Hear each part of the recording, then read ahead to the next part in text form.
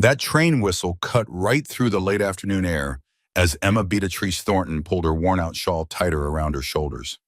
That dry New Mexico heat was not doing a thing to warm her tired bones. 3 whole days with barely a crumb to eat had left her feeling woozy and weak as she stepped onto the platform at Abiquiu Station, right in the summer of 1872. The long trip from Philadelphia had taken every last bit of her strength, and the promise of a new life as a mail-order bride now felt like some kind of cruel joke, because not a single soul was there to meet her. Beatrice looked over the thinning crowd at the depot, searching for a man that matched the description her husband-to-be had given in his letters. Benjamin Crawford had written all about his prosperous cattle ranch, his good nature, and how he was just chomping at the bit to finally welcome her as his wife. In return, she had sent every last penny she had to buy that train ticket west, trying to escape the lonely life she was left with after the influenza took her folks. The station began to empty out as passengers found their loved ones or headed off to find a room in town. But Beatrice was left standing all alone on that wooden platform, her little trunk with all her worldly possessions right there at her feet. The station master moseyed on over, his face showing a mix of pity and impatience. "Ma'am, we are fixing to close up. Is somebody coming for you?" he asked, his eyes on her simple dress and well-worn shoes. "Yes, sir. Mr. Benjamin Crawford promised he would meet me here."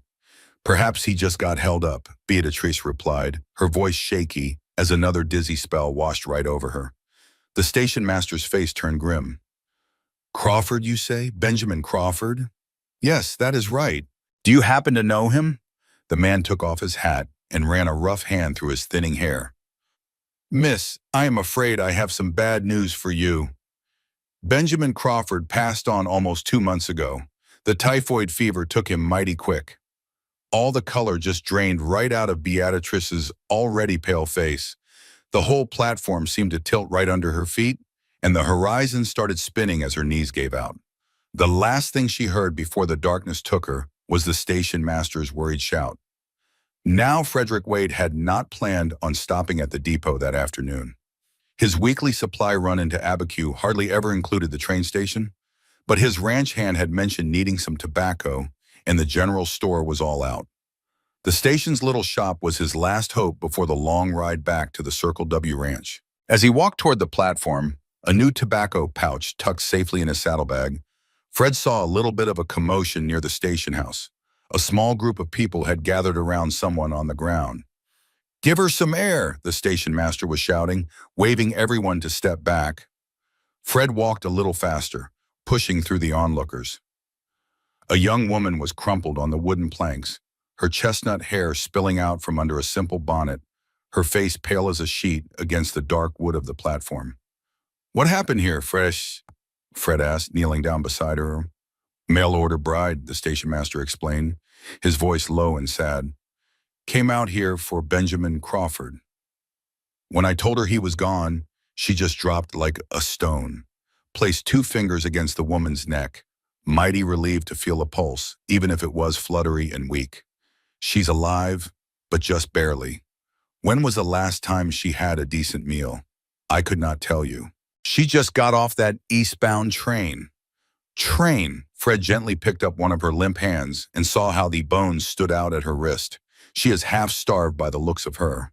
Without a second thought, Fred scooped the poor woman right into his arms. Surprised, she weighed next to nothing. "I am taking her to Doc Mitchell. She needs help, and right quick." "What about her trunk?" the station master called out as Fred carried her over to his horse. "I will send one of the boys back for it. You just keep it safe now." Fred carefully set the woman in front of him on his horse, with one strong arm holding her secure while he led his horse toward the doctor's house at the edge of town. The woman stirred a little bit against his chest, mumbling something soft before she went quiet again. Dr. Mitchell knew right away what was wrong. "She is suffering from poor nutrition and pure exhaustion, plain and simple. She needs food, rest, and time to get her strength back." "Is she going to be all right?" Fred asked, his eyes fixed on the pale little thing lying there on the doctor's examination table. "With good care, yes, but she cannot stay here. My wife and I are heading to Santa Fe tomorrow to visit our daughter. We will be gone a week, at least." Fred ran a hand through his sun-streaked hair, thinking on the problem. "What about the hotel?" Dr. Mitchell shook his head. It is full up with all the cattle buyers in town. Besides, she needs more than just a room. She needs someone looking after her. Fred stared down at the young woman, noticing the fine features of her face, even though she was so thin. Something about how helpless she looked stirred a protective feeling in him that he had not felt in years, not since he lost his own sister to the fever on their journey west. "I will take her to the ranch," he said at last. "Mrs. Winters can look after her." Dr. Mitchell raised an eyebrow. "Are you sure about that, Fred? That might get folks to talking. Mrs. Winters is the best housekeeper in the territory and a proper lady. The girl needs help, and I have got the room. It is the right thing to do." As the doctor mixed up a tonic to help with the woman's strength, Fred found himself wondering about her life. What kind of desperate trouble had pushed her to agree to marry a stranger in a land so very far from her home? Beatrice woke up to the strange feeling of softness beneath her and the smell of clean sheets. For a moment, she figured she must be dreaming. Her bed at the boarding house back in Philadelphia had never been this comfortable. Slowly, her eyes got used to the soft light of a room she did not recognize, with simple but well-made furniture and curtains dancing in a gentle breeze. "You are awake," a woman's voice said kindly. Beatrice turned to see an older woman with iron-gray hair pulled back in a tight bun, sitting in a rocking chair by the bed, her knitting needles clicking in a steady rhythm in her hands. "Where am I?" Beatrice asked, her throat feeling awfully dry. The woman set her knitting down and poured water from a pitcher into a glass. "You are at the Circle W Ranch, about 10 miles outside of Albuquerque. I am Mrs. Winters, the housekeeper here." Beatrice gratefully accepted the glass. Water. She took a slow drink, and the memories started trickling back in. The long train ride, the dusty station, and that awful news about Benjamin Crawford. After that, it was all just a blur. "How in the world did I get here?" she asked, her throat not quite so dry. "Mr. Wade brought you, miss. He found you passed out cold at the station yesterday. The doc said it looked like you hadn't had a proper meal in days." Right then and there, Beatrice's stomach let out a loud rumble. Mrs. Winters cracked a smile, and the tough lines around her face eased up just a bit. "I figured you'd wake up with an appetite. I've got some broth keeping warm downstairs. You reckon you could get some of that down?" "Oh yes, ma'am," Beatrice said, trying to push herself up. But a dizzy spell hit her hard and sent her right back down on the pillows. "Whoa there, easy does it," Mrs. Winters warned her. "You're still mighty weak. I'll just bring a tray on up to you." Left alone, Beatrice took a better look at where she was. The room was plain, but it felt cozy, with a braided rag rug on the wood plank floor and a small dresser with a porcelain wash basin on top. Her traveling dress was hanging neatly over a chair in the corner.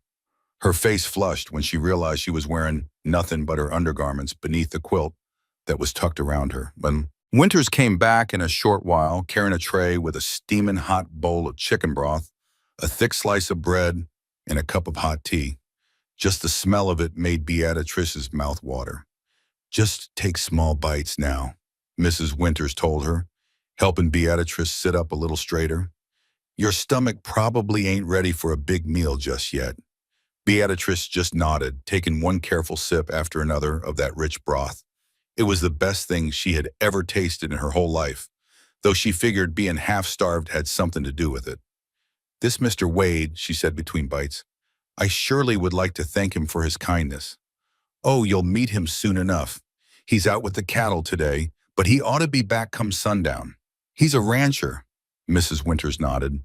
"One of the most successful in this whole territory, though you'd never know it just by talking to him. Came out here with nothing but the shirt on his back about 10 years ago and built the Circle W from scratch. He's not a man to boast, that Mr. Wade." Beatrice tried to picture the man who saved her, but her mind drew a complete blank. "And he just brought me here to his own home?" "Well, the doc couldn't take you in and the hotel was full up. Mr. Wade said it was the only right thing to do." Mrs. Winters gave her a sharp look. "Considering you were Mr. Crawford's intended and all." Beatrice put her spoon down.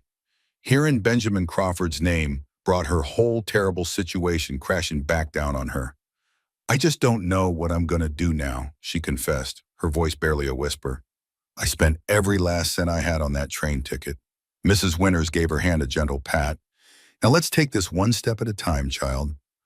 First things first, you need to get your strength back. Then we can figure out what's next. By the time she'd finished that simple meal, Beatrice could feel her eyelids getting heavy all over again. Mrs. Winters took the tray and helped her ease back down against the pillows. You get some rest now, the older woman said softly. Your body needs time to mend. Beatrice wanted to argue and ask 100 more questions about what was happening, but she was just too tuckered out. Sleep pulled her under before she could even say a word. The next time she woke up, the whole room was filled with the golden light of the setting sun. She could feel she was a bit stronger, and that awful dizzy feeling was gone, but a deep down tiredness still settled in her bones. This time she managed to sit up all on her own, swinging her legs carefully over the side of the bed. A soft knock came at the door just before Mrs. Winters walked in. Well, good, you're awake. Mr. Wade was wondering if you felt up to joining us for supper, but I told him not to hold his breath.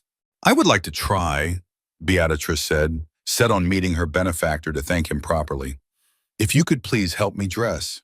Mrs. Winters nodded, looking pleased. Got some grit in you after all. That's good. You'll need it out here. With the housekeeper's help, Beatrice put on her dress, wincing at how wrinkled it was. Mrs. Winters brushed and pinned her hair up in a simple but tidy way. Then she helped her down the stairs and into the dining room, one slow step at a time. Frederick Wade was washing up at the basin in the kitchen when he heard the soft footsteps on the stairs. Drying his hands real quick, he moved to the dining room doorway, feeling a little on edge about meeting the young woman while she was awake. His very first thought was that she had beautiful eyes, just large and full of expression, a deep brown that made him think of rich soil after a spring rain. Even though she was still pale, there was more color in her cheeks than when he had found her collapsed on the station platform. Miss Thornton, he said, stepping forward to pull out a chair for her, I'm mighty pleased to see you up and about.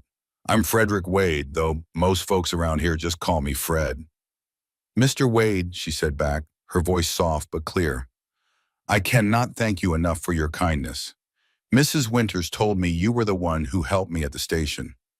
Anyone would have done the same, he answered, taking the seat across from her as Mrs. Winters brought in a big platter of roast chicken and potatoes. Perhaps, but it was you who did, and I am deeply grateful. All through that simple meal, Fred found himself watching Beatrice Thornton with a growing interest. Despite how weak she was, she carried herself with a quiet dignity. Her manners were refined, but not stuck up. She ate just a little, being mindful of her healing stomach, and she politely took part in the conversation, though he could see she was getting tired as the meal went on. If you don't mind my asking, Miss Thornton, he finally said, what brought you all the way out here from Philadelphia? She answered, and please call me Beatrice. She paused for a moment, then went on, I came to marry Benjamin Crawford. We'd been writing letters for nearly 6 months through a matrimonial agency. Fred nodded. He was not surprised. Mail-order brides were not uncommon in these parts, where women were few and men outnumbered them by a long shot. I'm sorry about Crawford, he said with sincerity. He was a decent man, from all I ever heard. I never met him, Beatrice admitted, putting her fork down. We only knew each other through letters, but he seemed kind, and I was in a tough spot back in Philadelphia after my parents passed away. No other family? She shook her head. No one. I was working as a seamstress, but the pay was barely enough to cover my room and my food. When I saw the advertisement for the matrimonial agency, it seemed like my only chance for a better life. The simple truth of what she said touched Fred's heart. There was not a hint of self-pity in her voice, just a simple statement of how things were. Well now, he said after a spell, you're welcome to hang your hat here till you're all healed up. Then we can sort out what's next for you. You're too kind, Mr. Wade, but I surely couldn't impose. It's no trouble at all, he cut in gently. This ranch is a big place, and it's good to have another soul besides Mrs. Winters to talk with at supper. Mrs. Winters gave a little snort from her spot at the table. Don't you let him fool you, honey. Most nights he's too tuckered out to put more than 3 words together by the end of the day. That brought a small smile to Beatrice's, and Fred was surprised how pleased that made him feel. It changed her whole face, bringing a warmth to her features that were still tight from hunger and being worn out. "I insist," he said again, "at least until you're strong enough to make some real plans. This territory ain't kind to folks who aren't prepared." "Thank you," Beatrice said softly. "I don't know how I could ever repay such kindness, but I promise I won't be a bother." After supper was done, Fred helped Beatrice back to her room, her steps getting more and more wobbly as what little strength she had started to fade. At her door, she stopped, looking up at him with those big, expressive eyes. "Mr. Wade." "Fred," he corrected. "Truly, thank you. Not just for the roof over my head and the food, but for the dignity you've given me. You could have just left me at that station or treated me like some charity handout, but you didn't." Fred was taken aback by how truly she meant it. "Every soul deserves a little dignity, Miss Thornton. Now you get some rest. Things always seem a bit clearer in the morning light." As he walked to his own room later that night, Fred found himself thinking about Beatrice Thornton a whole lot more than a man ought to about a woman he barely knew. There was something about that quiet grit she had that struck a chord with him, reminding him of his own hard times when he had first come to this territory with nothing but a strong will and a head full of dreams. Over the next week, Beatrice slowly but surely got her legs back under her. At first, she could only be up and about for a little while before she had to rest, but every day that went by, she got a little bit stronger. Mrs. Winters kept her fed with good, hearty meals, meant to build her back up, and Fred made sure she had plenty of books to read while she was getting well. On her 5th day there at the Circle W, Beatrice made her way out onto the wide porch that went all the way around the ranch house. The sight of it just plain stole her breath. Rolling hills speckled with cattle grazing peacefully. Far-off mountains stood against a sky so big and blue, it looked like a great big ocean right above her head. She settled herself into a rocking chair, pulling her shawl tight around her shoulders against the gentle breeze. Way off in the distance, she could see cowboys moving through the cattle, just tiny figures guiding the herd along. She wondered if Fred was out there with them. Her thoughts had been drifting to her host quite a bit these last few days. There was a quiet kind of strength about Frederick Wade that she found mighty reassuring. Unlike some of the fellows she'd known back in Philadelphia, he didn't seem to feel the need to brag on what he'd done or talk over everybody in the room. Instead, he really listened when she spoke, and he answered all her questions about ranching with patience and honesty. At 32 years old, Fred was a bit older than she was, by 8 years, but he sure did not look down on her. He treated her like she was his equal, which was something Beatrice had almost never known from men in her old life. "It's a beautiful sight, is not it?" Mrs. Winter said, joining her on the porch with a tray, holding a pitcher of lemonade and 2 tall glasses. "It is just magnificent," Beatrice agreed. "It is so different from Philadelphia. Everything out here feels so much bigger. The sky, the land, even the quiet." Mrs. Winters poured lemonade for the both of them, then settled into the chair next to Beatrice's. "It takes some getting used to. I remember when my late husband and I first headed west. I thought I would go clean out of my mind from the quiet at night. Now I cannot imagine being hemmed in by all those city noises." "How long have you been here at the Circle W?" Beatrice asked, taking a sip of the sweet and tart drink. "Going on 5 years now. I came after my Herbert passed on. My son works a ranch up near Denver. He wanted me to come live with him and his family, but I have never been one for just sitting around. Mr. Wade needed a housekeeper, and I needed a purpose." She gave Beatrice a little sideways look. "So what about you? What are you going to do now?" That was the very question Beatrice had been trying not to think about since she heard of Benjamin Crawford's death. "I just do not know," she admitted. "I do not have the money to go back east. And even if I did, there is not a thing there for me. No work, no home, no family. There is work to be found in Quebec," Mrs. Winter suggested kindly. "The hotel might need a hand, or maybe the general store, though the pay will not be what you were used to back east." "I am willing to do any kind of respectable work," Beatrice said with firmness. "I will not be a burden on Mr. Wade's kindness any longer than I have to be." Mrs. Winters nodded, looking pleased. "Good girl. Although I do not believe Mr. Wade sees you as a burden at all. In fact," she stopped herself right there, pressing her lips together, In fact, what? Beatrice asked, her curiosity suddenly sparked. Oh, it is nothing that cannot wait. Ah, and here they come now, Mrs. Winter said, pointing toward a group of riders making their way to the ranch house. Even from way off, Beatrice could spot Fred's tall frame.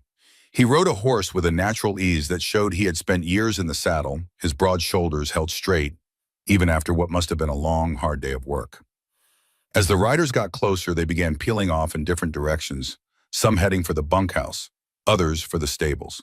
Fred kept riding toward the main house, swinging down from his horse with a fluid motion at the hitching post by the porch.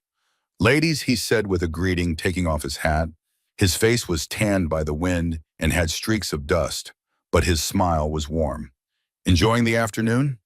Just showing Miss Thornton the view, Mrs. Winters answered, getting up from her chair. I had better go to see about supper. Those boys will have a powerful hunger after moving the herd to the north pasture. As Mrs. Winters went inside, Fred leaned up against the porch railing, and his eyes studied Beatrice for a moment. You are looking better. You have got some color back in your cheeks now. Beatrice nodded. I feel stronger every day thanks to Mrs. Winters' cooking and your hospitality. I am mighty glad to hear it. He paused for a second, then said, I sent one of the boys into town yesterday. He brought back your trunk from the station. It is waiting for you in the front hall. Oh, thank you. The simple thought of having her few belongings again made Beatrice's spirits soar. That was truly very thoughtful of you. Fred gave a little shrug, looking a bit embarrassed by her thankfulness. It was the least I could do. I know what it's like to show up somewhere with nothing but what you can carry. He straightened himself up. Well, I ought to get cleaned up for supper, if you'll excuse me. As he walked off, Beatrice found herself watching him for a moment longer than a lady probably should have. There was just something about Frederick Wade that pulled her in a way no man ever had before. Perhaps it was his quiet strength, or the simple kindness he showed without making a big deal out of it. Whatever the reason, Beatrice knew she was walking on shaky ground. She was in no position to be catching feelings for anyone, especially not the man whose charity she was relying on. With a new sense of purpose, she decided it was high time to focus on finding a job in a place of her own. The sooner she could stand on her own 2 feet in this new territory, the better. That evening after supper, Beatrice brought up the idea of employment with Fred. They were sitting out on the porch, watching the sunset paint the whole western sky in brilliant shades of orange and pink. I was thinking I might ride into town tomorrow, she began. Perhaps there might be work at the hotel or one of the shops. Fred was quiet for a long moment. Are you sure you're strong enough? It wasn't so long ago you were hardly able to make it down the stairs without a hand. I'm much recovered now, she assured him, and I simply cannot impose on your generosity forever. It's no imposition, he said quietly, his eyes fixed on the horizon. In fact, I was fixing to suggest something myself. That is, if you might be interested, he cleared his throat, seeming uncharacteristically nervous. The ranch could surely use a hand with the accounts and correspondence. I've never been much for numbers or paperwork, and the business has grown so much it's getting to be a real problem. Beatrice stared at him, completely surprised by his offer. Are you offering me a job here at the Circle W? Fred nodded. You mentioned you can read and write well, and I remember you saying you helped your father with his business ledgers back home in Philadelphia. The pay wouldn't be much at first, but it would include your room and board. Yes, Beatrice interrupted, her heart suddenly feeling lighter than it had in months. I gladly accept. A look of relief washed over Fred's features. Good. That's real good. We can set up a desk for you in the study. It's a small room, but it gets good light in the mornings. This is very generous of you, Fred, Beatrice said softly. He met her eyes then, and his expression was serious. This isn't charity. The ranch genuinely needs the help, and you have the skills for it. It's a fair exchange. Beatrice appreciated his concern for her pride. Then I will do my best to make sure you do not regret hiring me. A small smile lifted one corner of his mouth. I don't reckon that's likely. The next day, Fred showed Beatrice to the little study just off the main sitting room. True to his word, it was a cozy space, but it was filled with morning light from a window that looked out over the eastern pastures. A sturdy desk took up one wall, its surface completely covered with stacks of papers in a terrible mess. It's a bit of a mess, I know, Fred admitted with a sheepish look. I've been meaning to get it all organized. But time just always seems to get away from us. Beatrice looked over the mess with a steady eye. I can get this handled. It just needs a good sorting out and a real filing system. Well, I'll leave you to it then. If you need a thing, Mrs. Winters usually knows where everything is hiding. Once she was alone, Beatrice rolled up her sleeves and got right to it. Tackling all that ranch paperwork was just the kind of challenge she was looking for, something real to put her hands and her mind to. It was a way to pay back Fred's kindness with real work, not just empty words of thanks. By the time noon rolled around, she'd made a world of difference, creating neat stacks of invoices, receipts, and letters. From what she could piece together from all the scattered papers, the ranch was doing all right. But it could be making a whole lot more money if things were just organized better. Mrs. Winters brought her a lunch tray, nodding her head with a smile at the changes she already saw in the study. I've been telling Mr. Wade for years he needed somebody to wrangle this mess.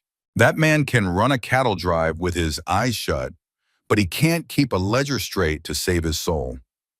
Beatrice couldn't help but smile at the housekeeper's honest assessment. It is really not as bad as it seems.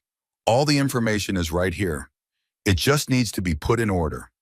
Well, I am just glad he's finally got some sense about it, Mrs. Winters said with a knowing look, leaving Beatrice to her meal and her work. As the days turned into weeks, Beatrice settled right into a comfortable routine at the Circle W. She spent her mornings organizing all the ranch's books and letters. In the afternoons, you'd often find her helping Mrs. Winters with chores around the house or taking short walks to get her strength back.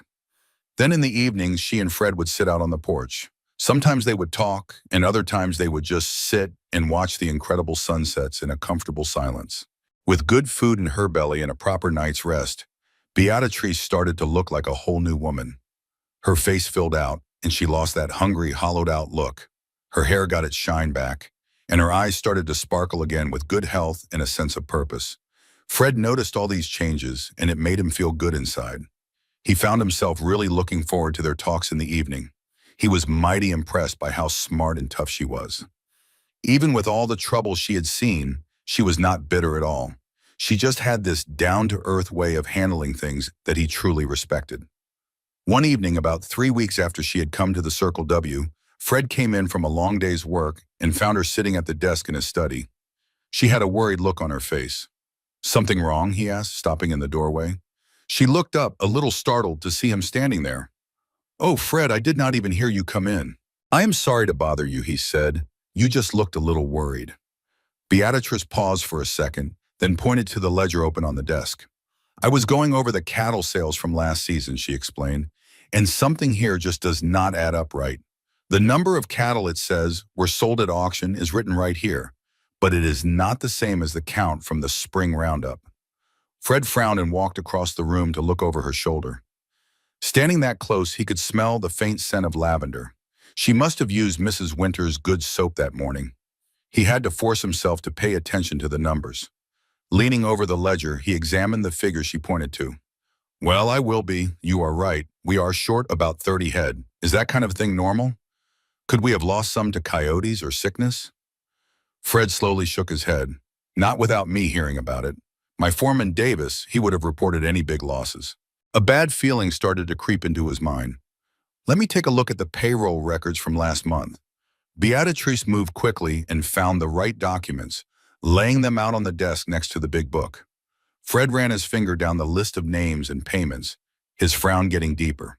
"Thomas Reeves," he mumbled, "got paid more than the other fellas, and I sure do not recall approving any kind of bonus."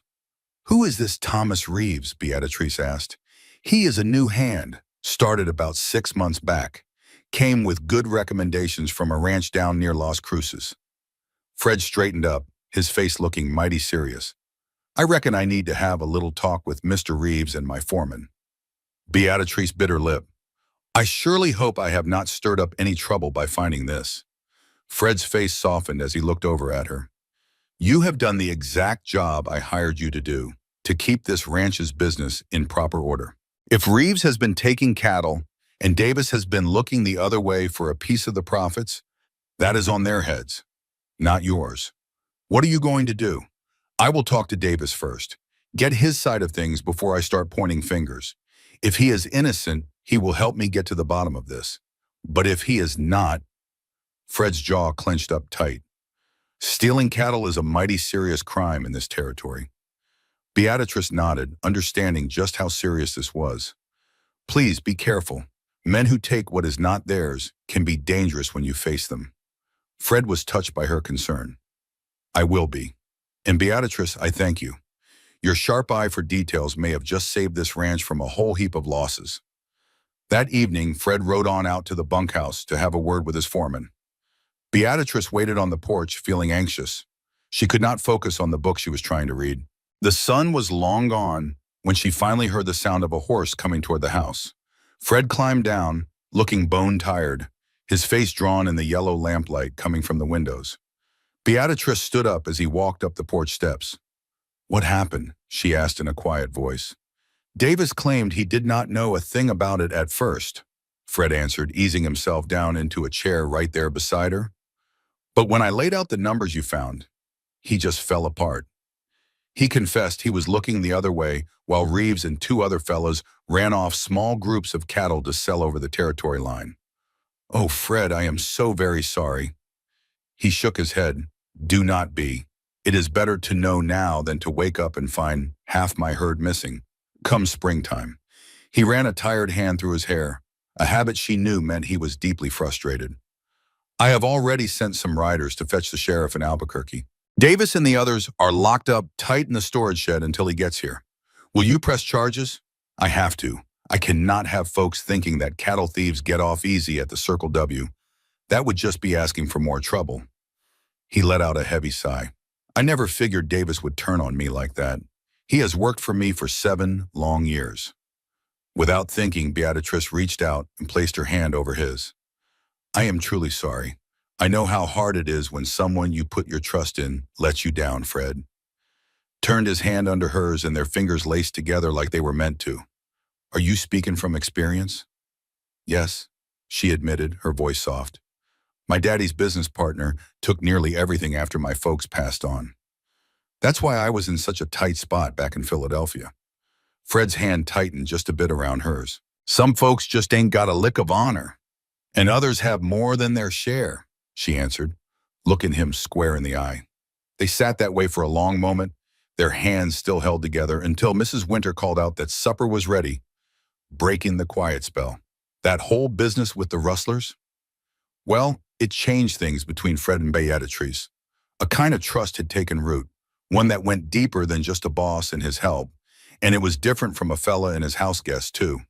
They started finding more reasons to be around each other, coming up with excuses to talk about ranch business that, if you were being honest, did not rightly need talking about. Beatrice just blossomed in her job at the Circle W. The way she kept the books, all neat and orderly, made the ranch's money situation a whole lot clearer. It helped Fred make smarter choices about selling cattle and where to put his money. Her pretty handwriting and the proper way she wrote things spruced up the ranch's letters to buyers and suppliers, and that made the Circle W look even better all over the territory. As for Fred, he found himself admiring Beatrice's smarts and how hard she worked. He would catch the way her eyes would light up when she figured out a real tough accounting puzzle, or the gentle way her neck curved when she was leaning over her papers, or the sweet sound of her laugh when something tickled her fancy. Noticing all these things started to trouble him. After all, Beatrice worked for him. She depended on him for her pay and a roof over her head. Any kind of attention from him that was more than just professional could look like he was taking advantage of her situation. Still, he could not lie to himself about the pull he was feeling toward her. One afternoon in late August, about 2 months after Beatrice first showed up at the ranch, Fred was over at a neighbor's place, talking about maybe buying some more grazing land. The owner, a fella named Edmund Parker, was about Fred's age, though his own ranch was a good bit smaller and not doing nearly as well as the Circle W. Heard tell you got a new bookkeeper, Parker said as they were riding the fence line of the land he was looking at. A woman, from what I hear. Fred kept his face from showing a thing. Miss Thornton? Yes, sir, she's mighty capable. Parker gave him one of those know-it-all looks. Must be nice having a woman around the place. It can get mighty lonely out here for a man."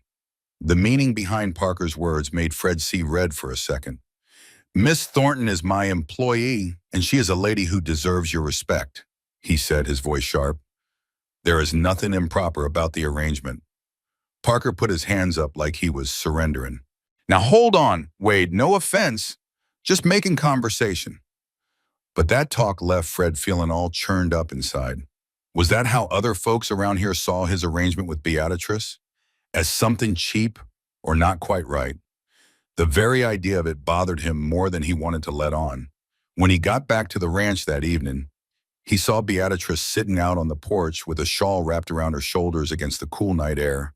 The sight of her looking so peaceful and like she belonged, his porch, and it stirred up a whole mix of feelings inside him. "So how did that meeting with Mr. Parker go?" she asked as he eased himself into the chair next to her. "It went well," Fred said, choosing to keep Parker's nosy questions to himself. "I reckon we'll come to an agreement on the north section.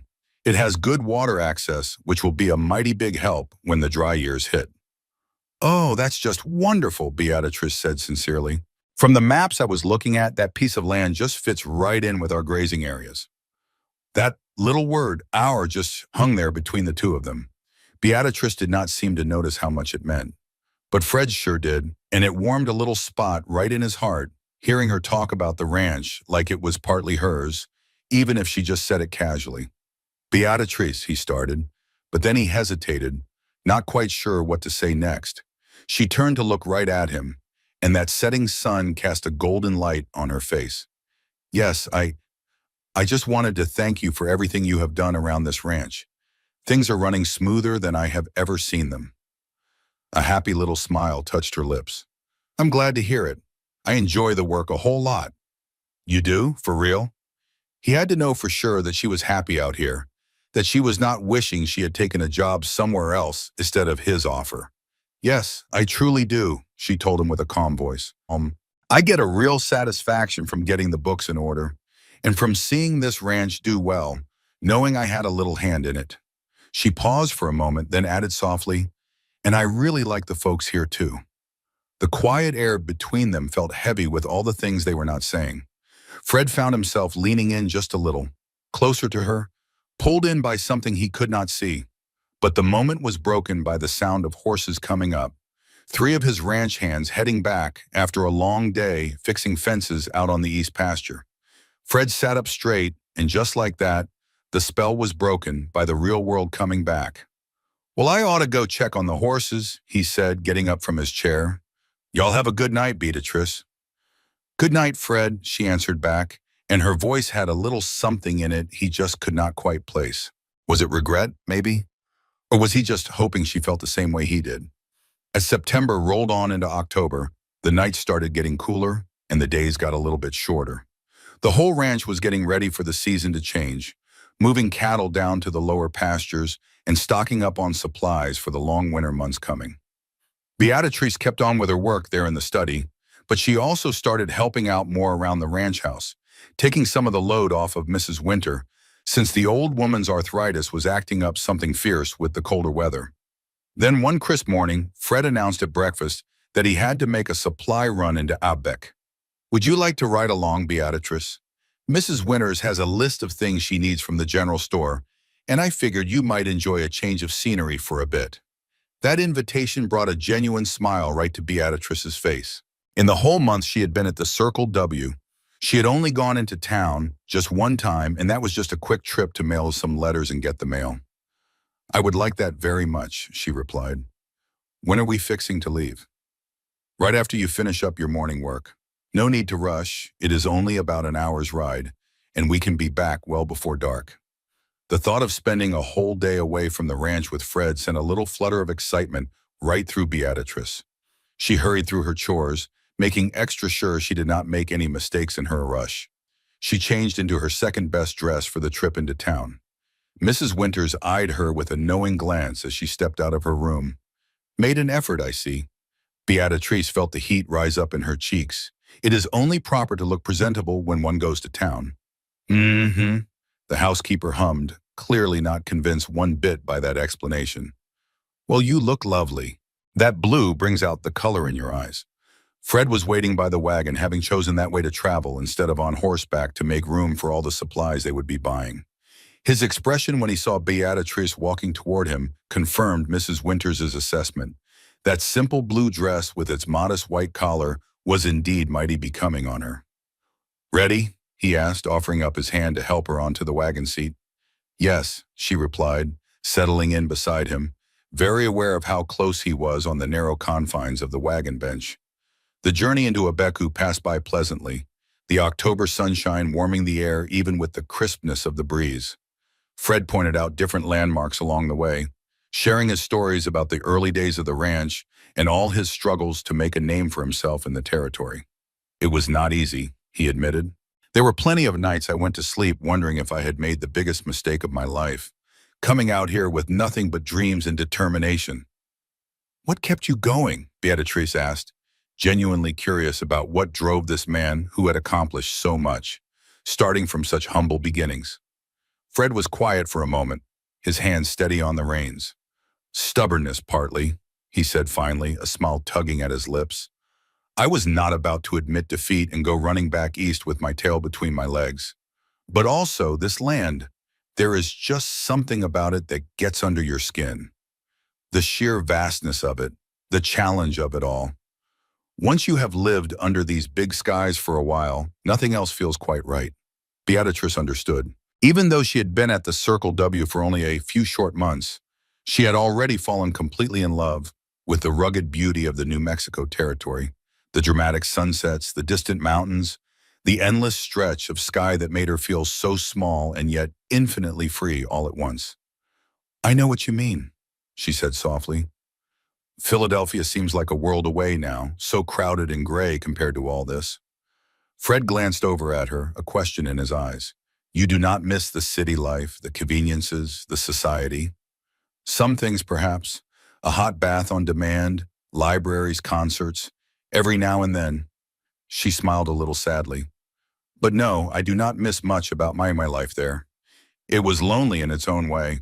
A person can be surrounded by people and still feel entirely alone. And here at the ranch," the question seemed to carry a whole lot more weight than his simple words suggested. "Here I feel," Beatrice hesitated, trying to find the right words, "useful, valued, a part of something that is meaningful."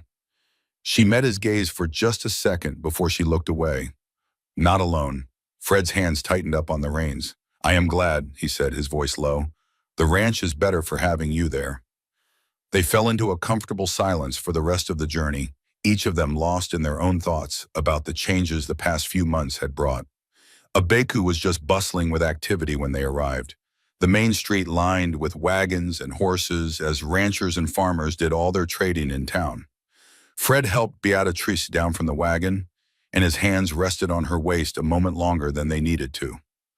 "I've got to see the blacksmith about a few things," he said, letting go of her with some reluctance.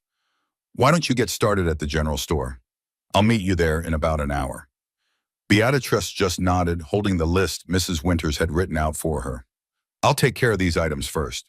The general store was bustling, but it was well run. The owner, Mr. Jenkins, gave Beatrice a friendly nod when she walked in. She made her way up and down the aisles, picking out things from Mrs. Winters' list, and she added a few small things for herself, like a new ribbon for her hair, a bar of sweet-smelling lavender soap, and a penny candy stick that reminded her of when she was a little girl. As she waited for Mr. Jenkins to add up her purchases, a woman came near, her fine silk dress and fancy hair marking her as someone important in this little town. "You must be Miss Thornton," the woman said, her voice sounding polite but nosy. "I'm Margaret Wilson, the banker's wife." "Yes, ma'am, I am," Beatrice answered, a little surprised that anybody knew who she was. "How are you, Mrs. Wilson?" "I'm doing just fine, thank you." Mrs. Wilson's eyes looked Beatrice over with plain curiosity. "We heard you were working as Mr. Wade's bookkeeper out at the Circle W." "Oh, that is correct." "Well, that is a strange setup," Miss Wilson said. "My mom may say, and her smile never quite reached her eyes. "A single woman living out at a bachelor's ranch, but I guess with Mrs. Winters there to keep an eye on things, it is all perfectly respectable." The hidden meaning in the woman's words was as clear as day. and Beatrice felt her face get hot, but this time from anger instead of shyness. "Mr. Wade has been a perfect gentleman," she said with a firm voice, "and the work is good and rewarding. I am very blessed to have found this job." Mrs. Wilson's eyebrows went up just a little. "Of course, dear, I didn't mean to offend you. It is just that in a small town like this one, people notice things like that." Before Beatrice could think of something to say that was not just plain rude, the little bell over the store door jingled, and Fred walked right in. His eyes immediately found Beatrice, and a smile spread on his face until he saw her flushed cheeks and noticed Mrs. Wilson. "Mrs. Wilson," he greeted her, walking across the store to stand with them. "I see you have met Miss Thornton." "Yes, indeed," the banker's wife said. "We were just getting to know each other. She speaks very highly of her job out at your ranch, Mr. Wade." Fred's eyes narrowed just a bit, as if he could feel what was really going on in the conversation. "Miss Thornton's work has been a true blessing to the Circle W," he said, his tone leaving no room for any more talk on the matter.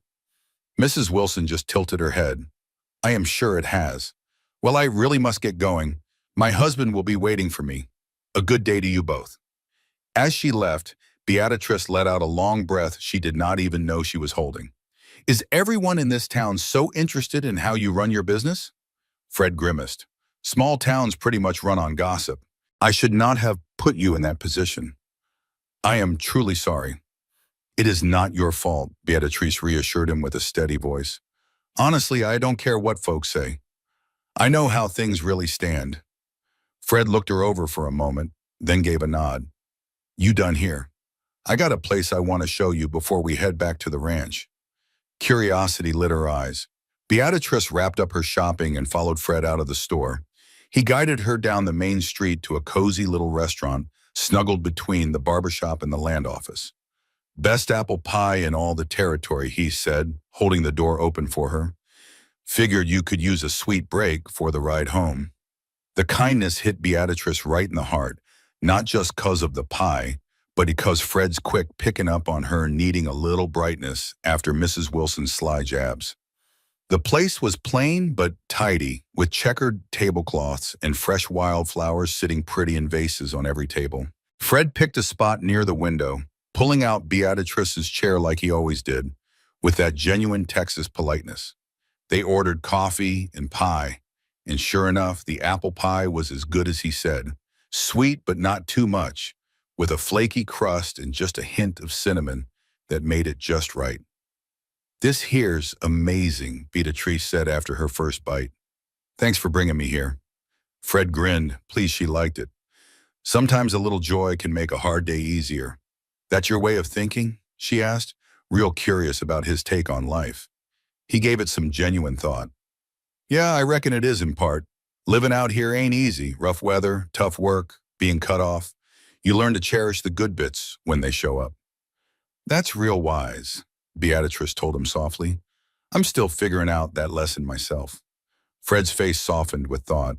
"You know, watching you these last few months, seeing how you settled into ranch life, tackled hard work, and found pride in something most city ladies wouldn't touch, it's been nothing short of impressive."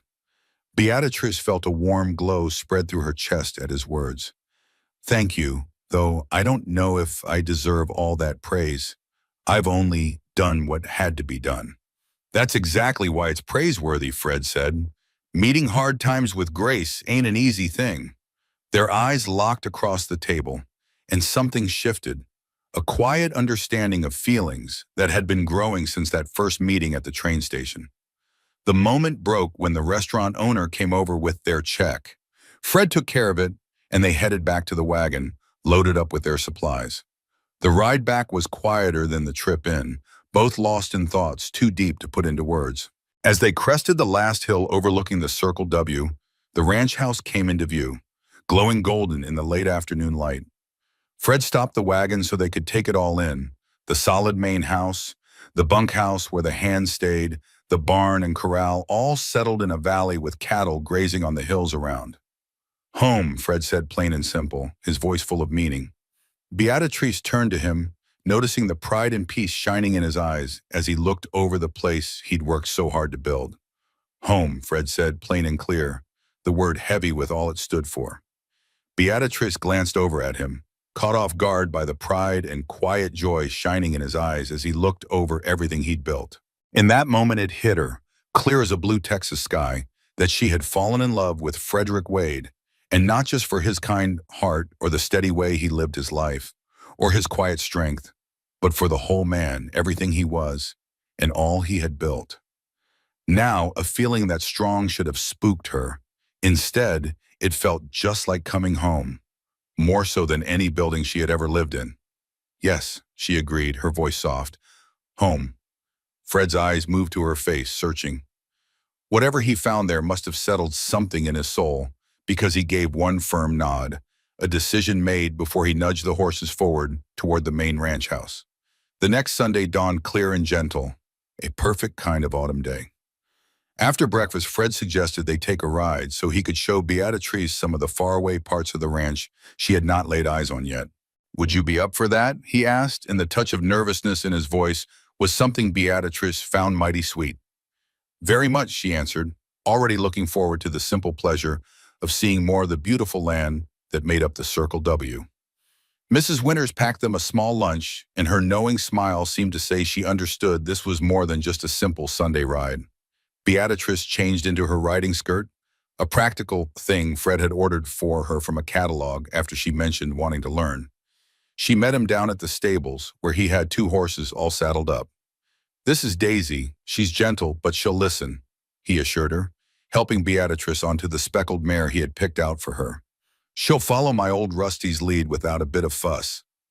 In the months since she first arrived at the ranch, Fred had patiently taught Beatrice the basics of riding a horse. She was no expert, mind you, but she could now sit a saddle just fine and guide her horse with a steady, growing confidence.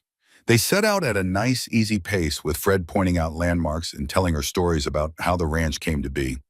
The land was so varied and beautiful, with rolling grasslands giving way to rocky hillsides and lines of cottonwood trees marking the path of creeks that only ran in the wet season, and distant mesas standing guard against the sky. Around noon, they came to a hidden spot where a little spring fed a crystal-clear pool, shaded by cottonwoods and willows. Fred swung down from his horse and then helped Beatrice down. This here is one of my favorite places on the whole ranch, he confessed, tying up the horses where they could graze on good grass. I come out here sometimes when I need to do some hard thinking. It's so beautiful, Beatrice said, mesmerized by how peaceful it was. The water in the pool was so clear she could see the smooth stones at the bottom, and birds were calling to each other from the trees all around. They spread out the blanket Mrs. Winters had tucked in for them and unpacked their lunch of cold chicken, fresh bread, cheese, and some apple tarts. As they ate, the conversation just flowed between them, easy as a river, touching on books they had read, childhood stories, and their hopes for the future. When the meal was all winding, they sat in a comfortable quiet for a spell, just listening to the gentle sound of water trickling from the spring down into the pool. Beatrice dipped her fingers in the cool water, just amazed at how perfect that simple moment felt. Beatrice, Fred said finally, and his voice had a new kind of seriousness that made her look up at him. There is something I have been wanting to ask you. Her heart beat a little faster at his tone. Yes? You know, these last few months, having you here at the Circle W? He stopped, like he was wrestling with the words. It's changed things. Changed them for the better. This whole outfit runs a lot smoother with you on the books, no doubt about that. But it is more than just that. This place, it feels different now, more like a real home than just some piece of land. Beatrice just sat there, hardly even daring to take a breath. He went on saying, Now I know you came out to New Mexico to marry that Benjamin Crawford fella, a man you only knew from his letters. Well, fate had other plans, and you wound up here at the Circle W instead. And I have been doing some thinking. Fred shuffled a little closer on the blanket, and he took her hand in his. You know me now, Beatrice, not just from some words on a page, but for real, day in and day out. You have seen my shortcomings and my good points, and I reckon I have seen yours. Fred, she breathed out, her voice barely a whisper, I am not a man who is good with words about Feelings, he admitted. But it is important you know that I have grown to care for you something fierce. More than just a helper, or even a friend. He took a long, deep breath. I love you, Beatrice. And if you could find it in your heart to consider me, if maybe you feel the same, well, I would like to ask you to be my wife. A wave of pure joy washed over Beatrice, so strong it brought tears to her eyes. Oh, Fred, she finally managed, squeezing his hand tight. Yes, oh yes, I can consider it. Truth be told, I have already considered it many times. A look of hope lit up his whole face.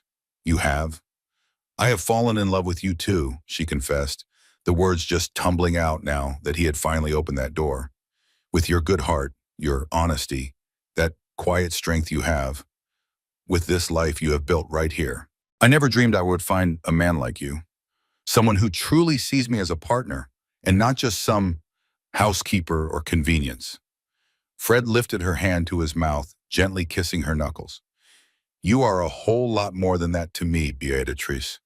You are the part of my life I did not even know was missing. And you are to me, she answered, her voice stronger now, even with tears still shining in her eyes. When I fainted at that train station, I thought my dream of a new life was over before it started. I never once imagined it was just the start of something so much better than I ever dared to hope for. Fred reached down into his coat pocket and pulled out a small velvet pouch. I have had this burning a hole in my pocket for a week, just waiting for the right time, he admitted, a little sheepishness in his grin. From that little bag, he pulled out a ring. It was a simple gold band, but elegant, with a small, perfect diamond set in it. It belonged to my mother, he explained quietly. She gave it to me before she passed, told me to save it for the woman who made me feel at home, wherever I happened to be. The tears were really flowing down Beatrice's cheeks now, as Fred gently slid the ring onto her finger. It fit her perfectly, like it was made just for her. Frederick Wade, she said, her voice all shaky with emotion. I would be so honored to be your wife. The kiss they shared after that was their very first one, a little shy at first, but then it grew deeper, full of all the certainty of how they felt for each other. When they finally pulled away, Beatrice felt like her heart was about to bust wide open with happiness. When, she asked, always practical, even in a moment like this. When will we get married? Fred just smiled, brushing a loose strand of hair from her face with his fingers. Just as soon as we can get it all arranged. Reverend Thompson is due through Abiquiu here pretty soon. Every other Sunday for services. We could have a word with him next week. Get hitched before the first big freeze. That sounds just perfect, Beatrice agreed. A simple little ceremony right here at the ranch, maybe with the hands and our neighbors as witnesses. Whatever makes you happy, Fred told her. Though I guarantee you, Mrs. Winters is going to insist on baking a real deal wedding cake, I'm sure of it. Beatrice had to laugh, picturing that housekeeper's stubborn will to make sure the occasion was done up right. I wouldn't dream of taking that away from her. That pleasure. They stayed out there by the spring till the afternoon shadows started stretching out long, just talking about all their plans for the future. As they rode on back to the ranch, side by side in that golden light of the setting sun, Beatrice felt a deep down feeling that everything was right. The long road that started in pure desperation at a train station had brought her right here, to this moment, to this man, and to this new life spread out before them, just filled to the brim with promise. Sure enough, Mrs. Winters was waiting on the porch when they got back, and her sharp eyes spotted that ring on Beatrice's finger the second Fred helped her down off her horse. Well, it is about dang time, the housekeeper announced, her stern face not quite hiding the tears gathering in her eyes. I was starting to think I would have to lock you two in the root cellar just to get y'all to admit your feelings. Fred let out a laugh, slipping an arm around Beatrice's waist. No need for all that, Mrs. Winters. We managed to get it all sorted out ourselves. After months of you two making calf eyes at each other, sneaking glances when you thought nobody was looking. But for all her tough talk, Mrs. Winters was smiling from ear to ear. Y'all get on inside, both of you. This calls for a special supper. The news of their engagement spread like wildfire through the ranch and then on out to the whole community. To Beatrice's surprise, everybody was just so happy for them. Even Mrs. Wilson, when she ran into them in Abiquiu the next week, gave them congratulations that actually sounded sincere. "I always said you two would make a fine pair," she declared, acting like she had been rooting for them the whole time. Such a romantic tale, meeting at the train station when you were in such a fix, just like something out of a storybook. Beatrice and Fred just looked at each other and smiled, but they accepted the kind words graciously. They had bigger fish to fry than worrying about what all the town gossips were thinking, getting their wedding set up, planning their future, and keeping up with the ranch work even though their own lives were changing. And just like Fred predicted, Mrs. Winters dove headfirst into getting everything ready for the wedding with a whole lot of gusto. They set the date for late October, with Reverend Thompson agreeing to do the ceremony during his regular trip out to Abiquiu. "We will hold it right here at the ranch," Fred decided after talking it over with Beatrice, "in the main room of the house if the weather turns sour, or outside under the cottonwood trees if it is a nice day." Beatrice was surprised at how touched she was by the kindness of everyone on the ranch as the wedding got closer. The ranch hands' wives brought over bolts of fabric and helped her stitch together a simple but beautiful wedding dress. Folks from all around brought over dishes for the wedding feast. Even the little ones from the nearby ranches gathered wildflowers and autumn leaves to decorate the ranch house. The wedding day dawned clear and crisp, with that kind of diamond blue sky you only get in a New Mexico autumn. Beatrice stood by her bedroom window, watching the sun come up over the eastern pastures and thinking on the incredible journey that had brought her to this day. Not even 6 months ago, she had been desperate and all alone, nearly fainting from hunger at a train station in a strange land. Now she was about to marry a man she loved something fierce, surrounded by people who had become her family. A knock on her door came just before Mrs. Winter entered. The housekeeper's usually stern face softened up for the occasion. "It is almost time," she said, carrying a little bouquet of late roses and sage. "These here, they are for you." "They're just beautiful," Beatrice said, taking the bouquet with trembling hands. "Mrs. Winter, I cannot thank you enough for everything you have done, not just for the wedding, but since I got here. Your kindness has meant the whole world to me." To her surprise, the older woman pulled her into a warm hug. "You have brought life back to this old house," Mrs. Winter said, her voice a little rough with emotion, "and happiness to a good man who deserved it. That is thanks enough for me." Downstairs, the guests had started to arrive. Neighboring ranchers and their families, townspeople from Abiquiu, and the ranch hands all cleaned up in their Sunday best. Fred stood by the fireplace, nervously fiddling with his string tie until his new foreman, hired right after the rustling trouble, told him to leave it be before he choked himself. When Beatrice appeared at the top of the stairs, a hush fell over all the guests. Her dress was simple, a cream-colored cotton with some lace trim at the collar and cuffs. But on her, it looked as elegant as any fancy gown. Her hair was arranged in a pretty coronet with little white flowers tucked in, and her cheeks were flushed with happiness and nerves. Fred just watched, unable to look away as she came down the stairs and walked toward him, her eyes never leaving his. In that moment, all his worries and fears about the future just disappeared. Whatever trials lay ahead, they would face them together. Reverend Thompson performed a simple but heartfelt ceremony, joining Beatrice and Fred in marriage before God and their community. When he pronounced them husband and wife, Fred's kiss was tender but full of promise, drawing some good-natured cheers from the guests. The celebration that followed lasted well into the evening, with food and dancing and laughter filling the ranch house. As the sun began to set, casting long shadows across the yard, Fred found Beatrice standing on the porch, taking a quiet moment from all the excitement. "Happy Mrs. Wade?" he asked, coming to stand beside her. The name, her new name, brought a fresh wave of pure joy. "More than I can ever say," she replied, leaning into his arms. "It still seems like a dream sometimes that I could be so fortunate after everything I have been through." "It is not fortune," Fred answered gently. "It is just the way life works sometimes. Hardship leads to unexpected blessings if you are strong enough to keep going. Until you find them, like some poor, half-starved mail-order bride who'd fainted at the train depot," she said with a smile. "And a lonely rancher who needed a whole lot more than just someone to handle his books," he added, pressing a soft kiss to her temple. They stood there together, watching the sunset paint the whole sky in bright streaks of orange and pink. It was the same view they had shared more nights than they could count. But now they knew they would be sharing all the sunsets yet to come. "Welcome home, Beatrice Wade," Fred whispered into her hair. "This time, it is for good." Home, she thought to herself, the word filling up her heart with more than it could hold. For good. 5 years down the road, the Circle W Ranch had become one of the most successful spreads in the whole territory.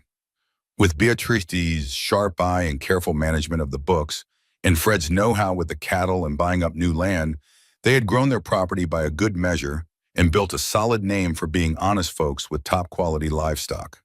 The ranch house itself had grown too, with new rooms added on to make space for their family, which now included 3-year-old James, named after Beatrice's father, and little 1-year-old Margaret, named for Fred's mother.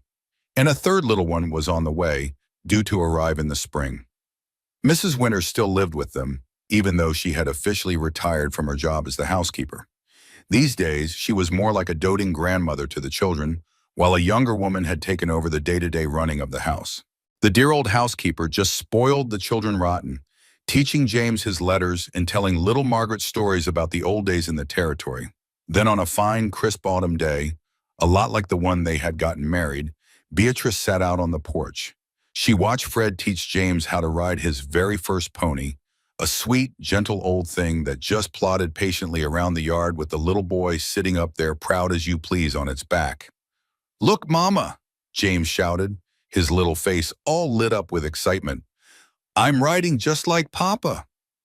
"I see you, sweetheart," Beatrice called back to him, moving Margaret on her lap so the little girl could get a good look at her brother's big achievement. "You're doing a wonderful job." Fred looked up then, and his eyes met Beatrice's from all the way across the yard. The love in his eyes was just as strong as it had been on their wedding day, maybe even deeper now after all the years of being partners and sharing all the good times and the tough ones. Later that evening, after the children were tucked in bed and the house was finally quiet, Fred and Beatrice sat out on the porch swing together. It was a little ritual they kept up every night, no matter how busy their days had been. "Do you ever think about that first day at the depot?" Fred asked, with his arm wrapped around her shoulders, his hand resting gently on the curve of her belly, where their new baby was growing. "Often," Beatrice admitted. "It was the absolute worst day of my life, right up until it turned into the beginning of the very best." Fred nodded, knowing exactly what she meant. "I remember how you felt so light when I carried you to my horse, like a strong gust of wind might just carry you off. And now look at you." She laughed a little, patting her round belly. "A lot more substantial these days." "Perfect," Fred corrected her, pressing a kiss to her temple. "Absolutely perfect." They sat there for a while in a comfortable silence, just watching the stars pop out one by one in that big New Mexico sky.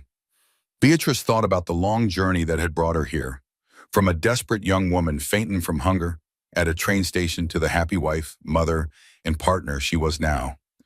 That road hadn't always been smooth, but every single step had led her right home, to this man, this family, and this life she held so dear.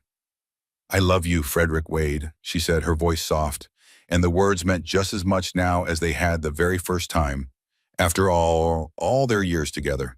"And I love you, Beatrice Wade," he answered back, his voice just as steady and sure as it was the day he proposed down by the spring. "For today, tomorrow, and all the days to come." In the quiet of the evening, with the ranch settled down around them and their children sleeping soundly inside, they shared a kiss that held the promise of all the years ahead, a future that all started with one act of kindness to a stranger in need and grew into a love story neither one of them could have ever dreamed of on that life-changing day at the Abaquo.